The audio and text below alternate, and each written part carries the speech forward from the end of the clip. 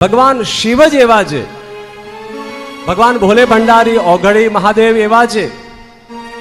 એના માટે જ માત્ર એક શબ્દ વાપરવામાં આવે છે અને એ છે ઈશ્વર.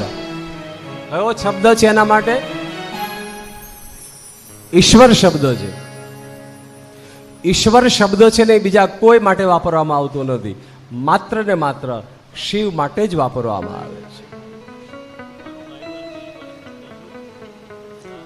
બીજા બધાને ભગવાન કહી શકાય. સાંભળી લેજો, ધ્યાનથી સુનના જરા.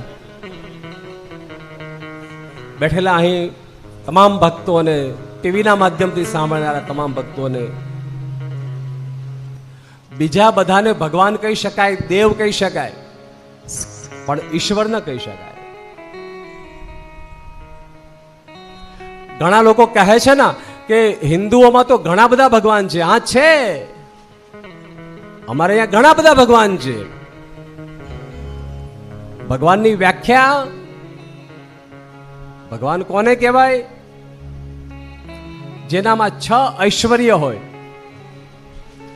ભગવાન બલવાન, બળ વાળો હોય એટલે શું કહેવાય? બલવાન. બરાબર. ધન વાળો હોય એટલે શું કહેવાય? ધનવાન. શોભા જેનામાં હોય એને કહેવાય શોભાવાન. જે વસ્તુ હોય તો ભગવાન. જેના ભાગ છે, વિભાગ છે. કેટલા વિભાગ છે? તો 6 વિભાગ જેના છે, જેના 6 વિભાગ છે, જેના 6 પ્રબળતા જેની છે, એને ભગવાન કહી શકાય. 6 ઐશ્વર્ય જેના અંદર હોય એવી કોઈ પણ વ્યક્તિને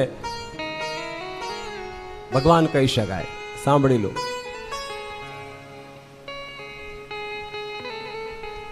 પહેલું તો જેને સમગ્ર હોય, જેનામાં સમગ્રતા હોય, બધી જગ્યાએ જે વ્યાપક તત્વ, જેને બધી જ ખ્યાલ હોય, જેનામાં બધું જ જ્ઞાન હોય, બધી જગ્યાએ જેને યશ મળતો હોય, જ્યાં જાય ત્યાં એને યશ જ મળે.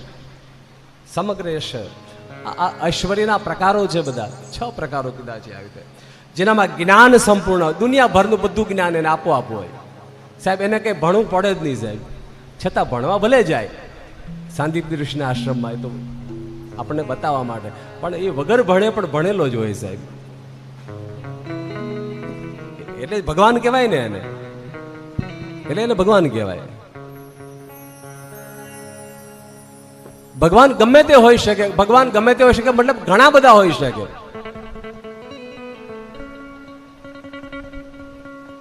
મારા ભાઈ બહેનો, પણ ઈશ્વર એક જ હોય. ઈશ્વર એક જ હોય.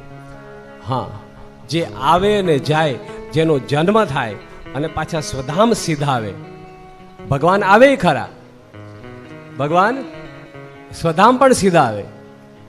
ભગવાનનો નિયમ છે, યદા યદા હિ ધર્મસ્ય ગ્લાનિર્ભવતિ ભારત અભ્યુત્થાનમ ધર્મસ્ય તદાત્માનમ સૃજામ્યહમ.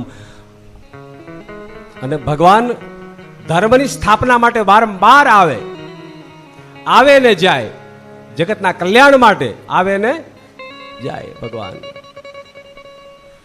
પણ શિવ ક્યાંયથી આવતા નથી, શિવ ક્યાંય જતા નથી, શિવનો જન્મ નથી, તો એનું નિર્વાણ ક્યાંથી હોય? એનો જન્મ જ નથી તો એનું નિર્વાણ ક્યાંથી હોય? એનું મૃત્યુ ક્યાંથી હોય? એટલે શિવ એ ભગવાન નથી. ભગવાન 6 ઐશ્વર્ય યુક્ત ભગવાન હોય, પણ એ બધા 6 ઐશ્વર્ય શિવમાં તો છે જ. પણ શિવ છે એ પૂર્ણમદઃ પૂર્ણમિદં પૂર્ણાચ્ચ પૂર્ણમુદચ્યતે પૂર્ણસ્ય પૂર્ણમાદાય પૂર્ણમેવાવશિષ્યતે. શિવ કોણ છે?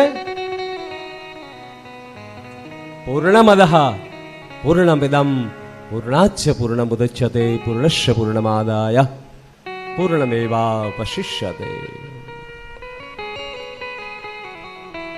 અમારા શિવ એટલે શૂન્ય. શિવ એટલે શૂન્ય. ઓમકાર બિંદુ સંયુક્તમ નિત્યમ ધ્યાયંતિ યોગિના કામદ મોક્ષદમ ચૈવમ ઓમકારાય નમો નમઃ. શિવ એટલે કોણ? એટલે કહું છું હવે કઈ ભટકતા નહીં. કઈ અટકતા નહીં અને ફરજમાંથી છટકતા નહીં. શૂન્ય એક જ આંકડો એવો છે કે જ્યાંથી શરૂ થાય ને ત્યાં પાછો ભેગો થાય. બાકી એકડો લખો તો ઉપરથી શરૂ થાય નીચે, બગડો લખો તો બીજે જ પૂરો થાય, તગડો લખો તો ત્રીજે પૂરો થાય, શરૂ થાય ત્યાં પૂરો ન થાય. પણ શૂન્ય એવો છે કે પૂર્ણ મદહ. અને હા, શૂન્ય જેની આગળ ઊભો રહે એની કિંમત 10 ગણી વધી જાય. એકની આગળ જો શૂન્ય ઊભી રહે લગાડી દો તો કિંમત કેટલી થઈ જાય? 10. 2 ની આગળ લગાડી દો તો કિંમત કેટલી થઈ જાય? 20. એમ શિવની ભક્તિ જેના હાથમાં આવી જાય અને શિવ જેના હાથમાં આવી જાય એની કિંમત તાત્કાલિક 10 ગણી વધવા લાગે. એટલી વધવા લાગે, એટલી વધવા, તાત્કાલિક બેડો પાર.